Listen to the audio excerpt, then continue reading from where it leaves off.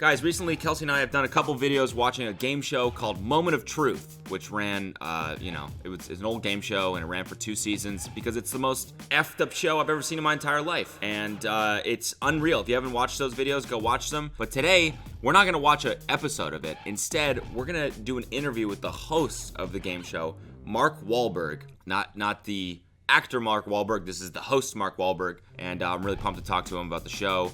And, what was going through his mind on the fateful day that they filmed that one episode. The episode where that woman ruined her whole fucking life and then lost the money in the process. So, really pumped. And, let's get Mark on the line. Let's get him on the horn.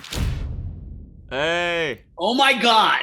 There he is. I'm sitting here watching what I saw this morning was the second episode of you doing this. Yeah. And laughing out loud. And Kels... Hi, so good to see you.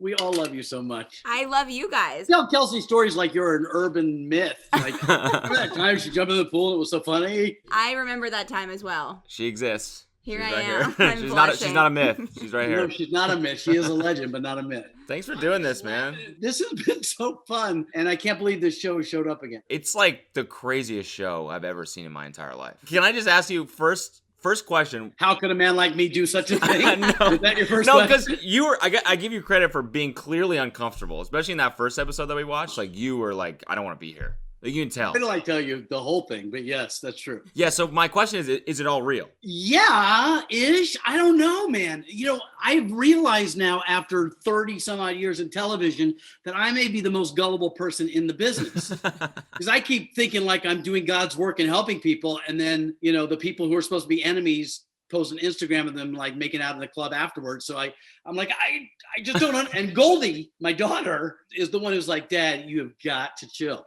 right? This happens. Like, it's all so deep to me, right? I really don't want to ask the questions. And it's the only time I've done a game show where I literally say to them, don't make me read the next question. I know. I'm okay with it. I'm like, but I have to say it out loud. Yeah. Those words, I'm going to form them in my mouth and they're going to come out. And then afterwards, I'm like, oh God, this is horrible. And they are like, hey, let's get a picture together. And it's Lauren from your first episode, the blonde, and her husband and the homewrecker. And it's like, ah. There's a picture of you all together? They took a picture with me backstage. This is pre-Insta. And I'm literally just crawling out of my skin. I feel like I've ruined Western civilization. And they're like, yeah, that was rad. How were they not like fist fighting each other? That's what Because you asked me if it's real and I don't know. Wow. I just don't fucking know, man.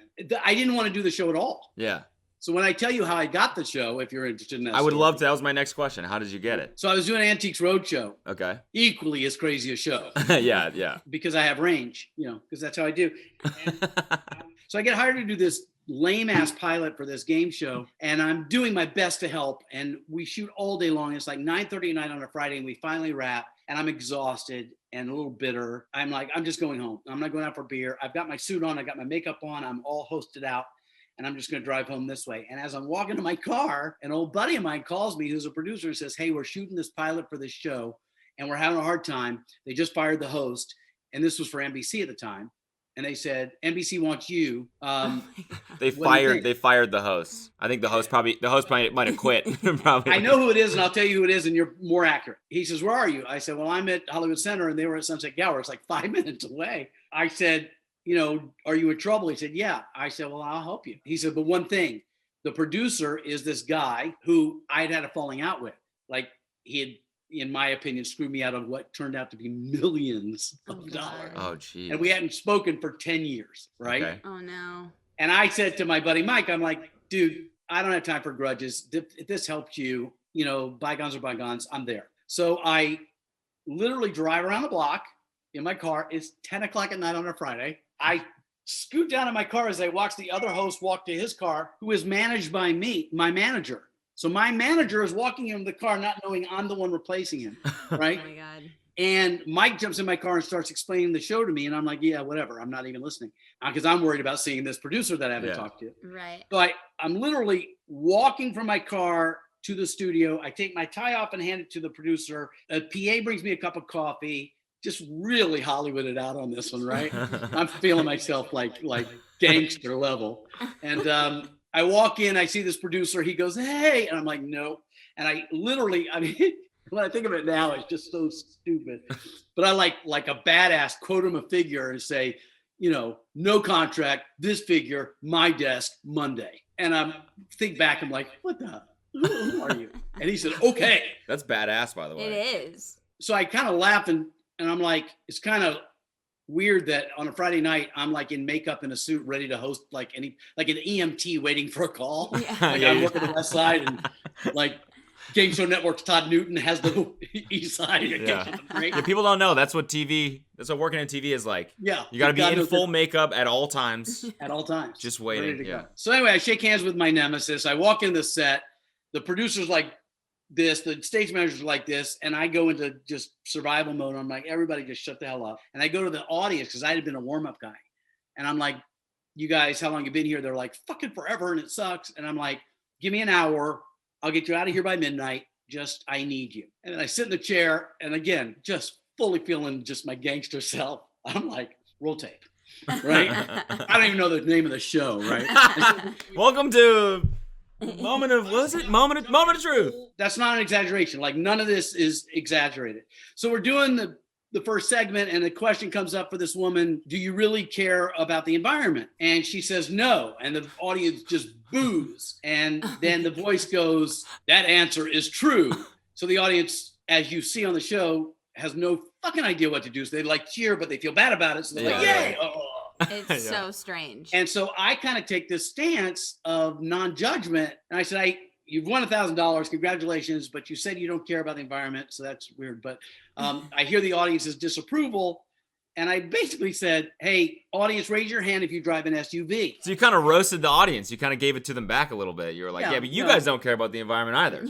Yeah, I full trolled them and guilted them like a father would do. Nice. And made them all hypocrites. And they're like, now we have to stay. Now we have to stay. I got back into my Ford Explorer, by the way. Yeah. But I never claimed to care. So anyway, I leave and that's the pilot, right? That's it. And I go home and I say to my wife, you have no idea why I'm late. I just did another pilot. Yeah. And I'll never host the show. I get paid, it's done, whatever. And then I find out that the show is sold into the NBC passed, Fox picked it up and it's sold into 20 countries based on the pilot. And now they make an offer to me. And I said, there's no way I'm doing this show. There's no way. My integrity's too high. Right. There's no way. They said, well, how about look at the pilot? So they sent the pilot home. I put it in and Robbie, my wife, and Goldie and Morgan, who went to school with Kels, watch it. And I'm waiting for them to go, this is horrible. And all they're doing is, well, what you have said, what would you have said? Just like you guys are doing. And they're going off. And then they made me an offer and I'm a whore and I took it. And I need to let you know this backstory so that you guys understand how this went down. Okay. So what happens is they would interview these people like you would on any show to get background on them. So that's why we know where we're going. Right. And then they'd have questions, like 50 questions. And they would take that with a lie detector. Are you part of that process or the producers are doing that? One of the things I've learned in my business is to not be a part of any of the decision making. And it has saved me from many a lawsuit. That's fair. Okay. And we're seeing evidence in the news these days on other reality shows why that's apparently important. Yeah.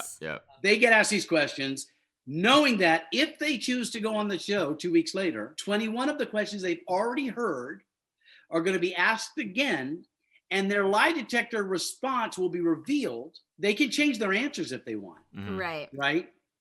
But what they're trying to do is predict if the lie detector thought their original answer was right or true or false. The level of bogus that is, when I was asked about it in the press, I'm like, would I allow my fate in court and whether I live or die rely on a lie detector test? Absolutely not. Yeah. But am I willing to play a game for $500,000? Okay. Yeah. Okay. Yeah. We go to do the show, and I decided that the best way for me to do this is I don't read any of the questions before we do them on the air. So the whole show is just fully improv in the moment because, I don't want to like go, here it comes. Yeah. Part of it was good because it's like, it's your genuine reaction. Like your sincere reaction where you read the card and you're like, oh my God, I don't want to read this to you right now. Like that made the show so much better in my opinion. And then on Temptation Island, it's the same thing. They show these clips of what goes on Temptation Island on the other side of the island. And I make a point not to watch them so that I don't go.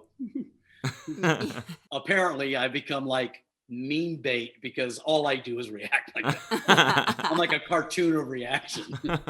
How could you not, though?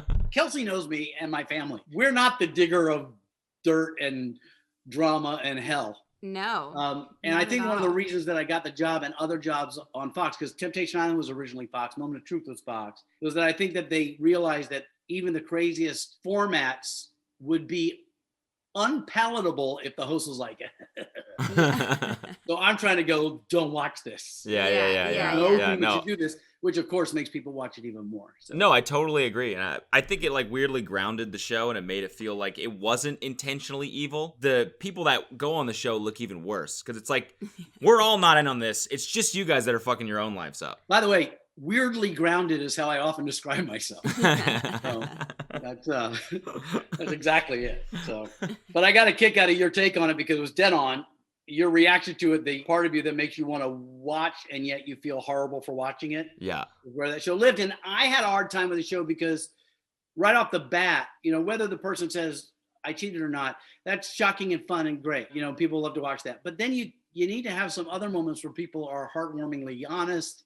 And we had those as well. Yeah. And it dawned on me as we got into the show that they were producing, I want 10 years of success and they want 10 weeks of success. Right. So literally the show started airing and the show would have a promo running in the show saying, next week, the most outrageous episode ever. When you're watching this week, which was the most outrageous episode ever. Yeah. We just can't, it's not going to go far. Oh, yeah, that was one of the things I noticed is that like in the episode, they'd play the last question, like right at the start, and the answer to I'm it. like, And why well, are they you ruined sweating now? They at least got to another question. Yeah, exactly. So the game show nerd in me is like, that's not the rules. yeah. We watched the episode, we did that video, and then 2 days later, we were visiting some friends in San Francisco, and I was like, I got to put this on for you, just like the full episode.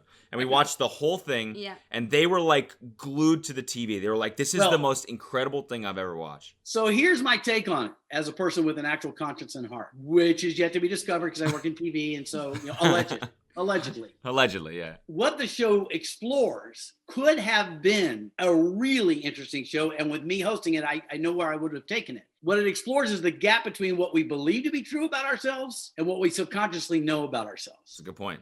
Right? That's a very good point. And that, I think, is really interesting to explore. Yeah.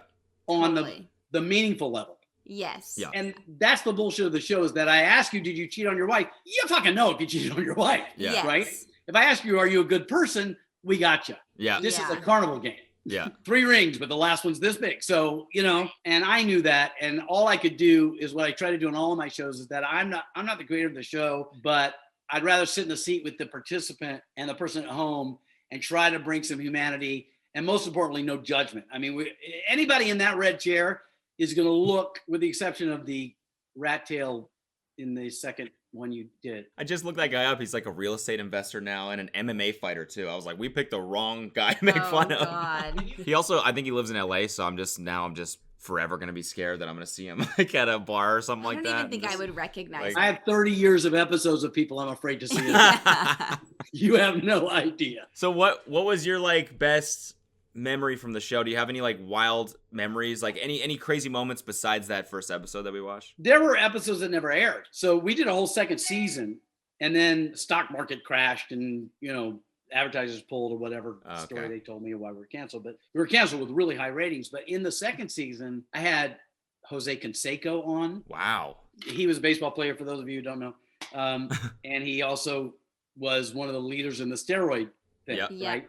Yep. And we're asking, at one moment he admits to using a cork bat. And the next question is, do you think you're a cheater? He's like, no. So just what? Like a lot of those moments where I could feel myself outside of my body looking down on it going, and this is how you're earning a living to put your kids through Notre Dame High School. Right? Yeah. Keep your eye on the ball, Walberg. Just do it for the kids. I am like literally the captain of the uncomfortable ship. Like that's my love boat. Yeah. It's just cringe. Yeah. And somehow making that okay. The cringe needs you. You cut through the cringe. You're good at like making it palatable for us. Yeah. I'm like the wine pairing for cringe. Yeah, exactly. It takes the acid out of it a little bit. Yep. How well did you get to know the contestants before/after? Like, how much did you talk to them? Did you ever hear like how anyone's doing after? Like, did you ever? On Moment of Truth, no. Okay. It was a long time ago, and I don't really remember. And no. Okay. On Temptation Island, this latest version, which is also a ridiculous story of how that's happening. I keep in touch with almost everyone except for the ones that hate me. And it's a really weird line between what your generation likes to call an empath and what my generation calls chronically codependent. So, or desperate and needy of attention. So this Temptation Island show I'm doing, I really feel great about a lot of it and what I get to do on it. Yeah, so what's that story, if you want to go into that a little bit? Back in the day, Survivor came out, Big Brother came out, Survivor came out, and then Fox developed this idea, Temptation Island. But before that, they'd done the show Who Wants to Marry a Multimillionaire, which is the biggest train wreck of them all that started all of it. Wow. And I was the warm-up comedian for that. Okay. Not only was I the warm-up comedian, I was the married with 2 kids, bitter as fuck warm-up comedian. Like, literally, like, I should be hosting this shit. Like, just so bad, right? Okay. Like, the worst version of me. And so I do the warm-up, and it kills on that show. And then Mike Darnell, who's the head of it, and has created a million shows, says to me afterwards, "You were really great. You should be our warm-up guy and everything." And I literally go, "I should host your shit," and walked away. Again, badass. You're badass. I don't know where the swagger comes from because it's really not me. Like, literally anyone can bully me, and I'm happy to welcome that. But, it's Hollywood mode. so 2 weeks later, I get a call about this show, Temptation Island. Would you come in and audition? And I'm like, whatever. And so I do the audition, and I get the job, which was just a test. I had no idea what it was. And the next thing I know, I'm in like Gilligan's Island's hut in Belize, and mosquitoes are just killing us, and we're shooting the show. And we literally just kind of flew no script to do this show, which was 4 couples like you guys who are not married, but in long-term relationships, but have trouble going to the next level, don't know what the problems are, come to Temptation Island, where they give each other the gift of being single again for a period of time. And they go to separate parts of the island where 12 perfect singles show up and live with them, and they date them. And at the end, they come back together and decide if they want to stay together or go apart. I'm so stressed out just hearing about that. I hate that. That's like, do you ever see Love Island? Of course. Yeah, so this is like when they go to Castle Moore, but it's like an entire show of that. That's wild. But the difference is we have no gimmick. There's no prize. There's no reason to do this at all. Oh my God. And they've been in like long-term relationships. It's not like they just met. Yeah. No. It's entirely different vibe. No comedy here. Yeah. Wow. So we go to do the show. This is back in 2001. So I do it. It becomes the highest rated show in the history of the Fox network at that time. Like overnight, just ridiculous. It aired, just broke all records. And I was wicked famous for several minutes. And then they took like a year and a half to do the second season. The second season didn't do as well as the first season. We did another one a year and a half after that on like a reality channel that doesn't even exist anymore. And the show was gone. Okay, fine. 20 years later, after Antiques Roadshow and everything else, they rebooted it on USA Network. And I looked at it like, they're not going to call me. You know, there's no way this show they're going to hire me. I didn't even think about it. I'm like, So I get the meeting with them, and I approach the meeting like, you see Shawshank Redemption? I actually have never seen that movie. Okay, this meeting is over. I know. I was like, it's like the most famous movie. Pathetic. It's the most famous movie of all time. I always liken it to Morgan Freeman is he's got a life sentence, and he keeps coming up for parole. And every time he comes into the parole board, he's like, yeah, I've changed. I've rehabilitated. I have. And they are like stamped rejected. And then finally, at the end of his career, his time, he comes in and there's this young guy there, and they're like, why do you think you've been rehabilitated? And he's got the swagger I talked about. And he's like, I don't even know what that means. You ask me if I feel bad about what I've done. Well, yeah, every day I feel bad. I want to take that 18-year-old and shake him. He goes on this thing. He says, so stamp your paper. He basically says, I don't care. And of course he's approved. That's how I did this meeting. I walked in like going, yeah, you want to do Temptation Island? I don't give a shit. Right. 3 weeks later, Robbie and I are on the beach in Maui getting paid like ridiculous money to do the show again. And now the entire crew were people that were born after I did that show. So I'm only like a legend they saw an episode of on YouTube from the early days that came down from a satellite of what reality show was, and then they want me to just do me. And I keep looking around going, really? I sit on a stump and I talk to people like you that I really love and care about and kind of share my life with them and just kind of talk about it and deal with it and have this bond. And then all the crazy stuff happens. And that's now a show again. Wow. But what's funny is we were the original, and all I get now, like my moniker is like value added Chris Harrison or Walmart knockoff Chris Harrison. Yeah. And I'm like, Okay. I think any person that does anything that has an audience gets those same comments. Yeah. Walmart version, someone else. Unless you're Harry Styles, you get those because Harry My Styles name is Mark Walberg, so I'm fucked to start with. Yeah. That was my last question for you. Is it annoying sharing a name with another Hollywood superstar? So the answer should be no. It doesn't bother me at all. And the truth is, it's annoying all day, every day. Yeah. And I've come to peace with it. And it's become less of an issue because now people know who I am a little bit. Where it used to show up all the time is when I promote Moment of Truth or something like that, I'd have to do these radio interviews, which we don't do as much anymore. Yeah. We podcast it more. And always it would be like that Market 140 in the afternoon station where the guy hits me with a Boogie Nights joke right out of the box. Yeah. And so that got a little old. Yeah. To the point where I once said to this guy before we come on, he's like, I think I'm going to start with like this Marky Mark joke if you're cool with that. And I said, I'm cool with it. Just make sure it's good because I do this for a living and I'm going to fillet you if it's bad. And I've heard every single one, probably. Single one. And I did. I literally ripped him apart. Just like he did some stupid joke about, was that really you on Boogie Nights? And I'm like, is that really you on at 3:00 in the afternoon in Little Rock and have no choice possibility of a career beyond this ever? Oh my God. Woo! Damn. Probably not my best moment. I'm glad I didn't start this interview with a Marky Mark joke because it wouldn't matter at this point because I have evolved. And in this moment, because he's doing a movie where he had to gain weight, this is like this weird paradoxical like wormhole we're in where I'm in better shape. Yeah. Right? So I'm gonna just roll with that. Exactly. Yes, You're the in shape Mark Wahlberg. That's what you can say right now. Everybody knows me for my workout routine. That Exactly. starts at Yes. in the morning. Yeah. Awesome, man. Thanks so much. I really appreciate it. This is super I hope interesting. any of this is usable, and I'm really appreciative because obviously I said to Robbie this morning, I'm like, this is crazy, is that you could do what you want in your life and try to make noise or get success or anything. And then somebody like you guys with the following that is far greater impact on my life than like being a guest on Conan. Wow. Right? Yeah. Like you guys do this, and you can't imagine the number of people who have no idea about Temptation Island who are like, this Moment of Truth shit is crazy. Right. Yeah. Yeah. Wow. And just to close on that, if I were to do Moment of Truth again, it would be a talk show format with one question only. Yeah. And more exploring, why did you hold that to be true when it proved that it wasn't true? Oh, so you would go through their answers and One just answer. chat about It it. would be enough. Yeah. I Yeah. think. Yeah. You know, I just think that, and ask much more thoughtful questions that matter instead of, do you have a mullet because chicks dig it? Because we know that's true.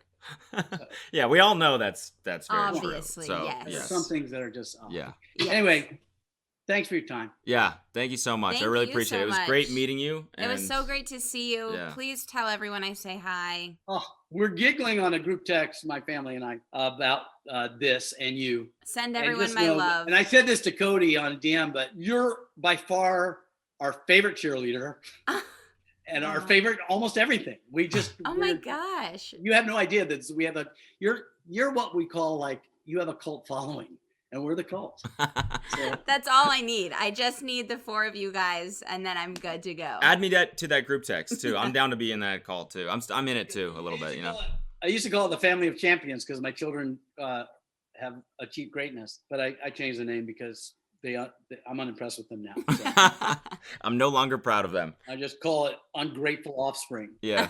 That would be our first question for you on Moment of Truth. Yeah. Are you proud of your children? Yeah, exactly. Yes. All right, man. Thank you. It was so great to see you. I love you, Kelson, to your family, and We and love I'm you. a fan now. I'm watching you guys, so. Hell yeah. Great Thanks, to man. see you. Thank you. Take care.